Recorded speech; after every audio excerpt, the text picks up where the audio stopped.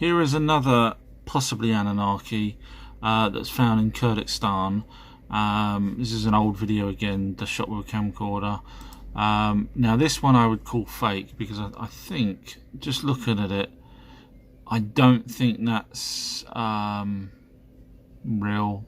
I might be wrong.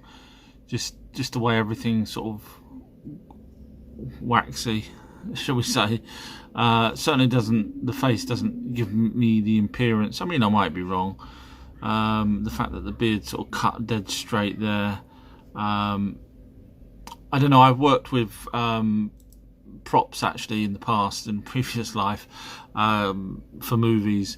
To me that looks like a wax head. Now when you compare that to the other one that I was already talking about, wow, see the difference? That one's got, you know, there's a real skin tone and everything.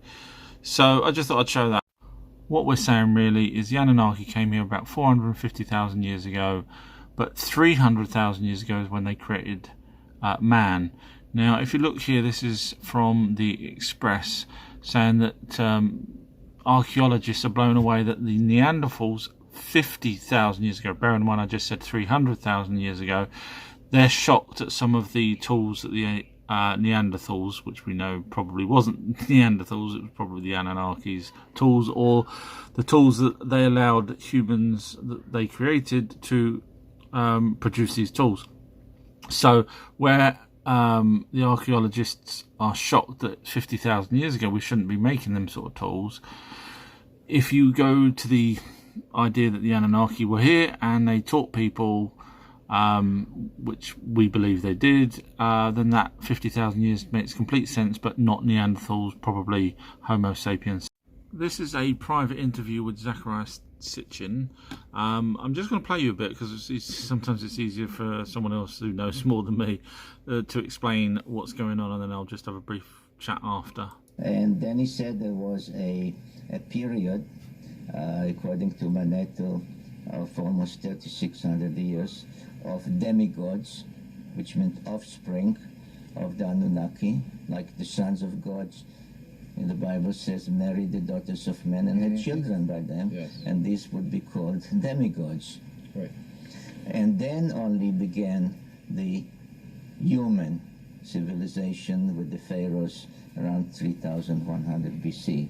So what he's saying there is that although humans were around, they didn't take power of any kind until the pharaohs.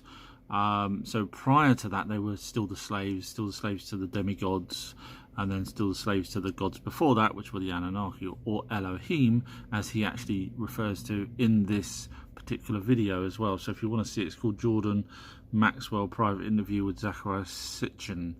So very fascinating, and corroborates a lot of the things that I've tried to be saying throughout these videos. Let's just talk about Nibiru, which NASA calls Planet X. It's also been called the Destroyer. It's called the Blue Star by the Hopi Indians.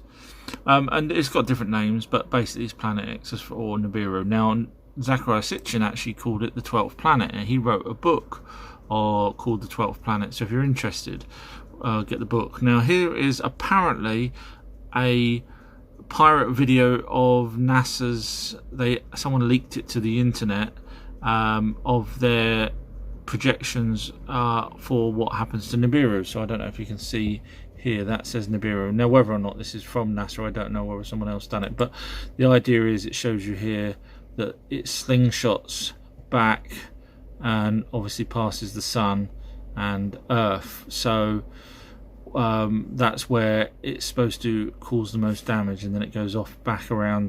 Okay, I have this theory that I'd not heard anyone else say, so bear with me and tell me your thoughts at the end of it. So I'm just going to play audio from the Book of Enoch, and tell me whether you think I'm right. Now, no one else has suggested this, so I think this might be right. So I'm going to play the audio, but I'm also going to show this footage here. Now, bear in mind, Stonehenge in the UK isn't the only Stonehenge there is. There was many around the world. A lot of them destroyed, some remnants still there. So just bear with me and tell me what you think at the end of this. angel who was with me and is their leader showed to me.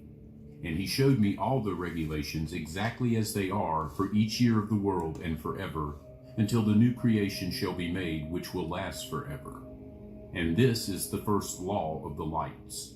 The light called the sun, its rising is in the gates of heaven that are towards the east. Heaven is, and its it's setting actually space. is in the western gates of heaven. And I saw 6 gates from which the sun rises, and 6 gates in which the sun sets, and the moon also rises and sets in those gates. And the leaders of the stars together with those whom they lead, there are 6 in the east and 6 in the west, all exactly in place, one next to the other. And there are many windows to the south and the north of those gates. And first there rises the greater light, named the sun, and its disk is like the disk of heaven, and the whole of it is full of a fire which gives light and warmth.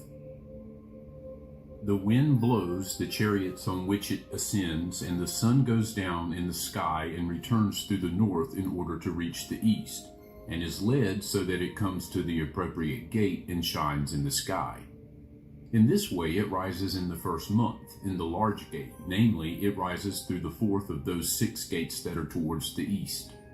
And in that 4th gate, through which the sun rises, in the first month, there are 12 window openings from which, whenever they are opened, flames come out.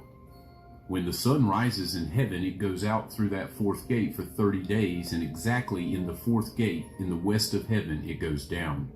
And in those days, the day grows daily longer, and the night grows nightly shorter, until the 13th morning. And on that day, the day becomes longer than the night by a double part, and the day amounts to exactly 10 parts, and the night amounts to 8 parts. And the sun rises from that 4th gate and sets in the 4th gate, and returns to the 5th gate in the east. Okay, so you see where I'm going with this. So I'm thinking that Stonehenge is actually written in the Book of Enoch, not necessarily the UK Stonehenge, but Henges itself, depicting the calendar year, which is what our astrologers say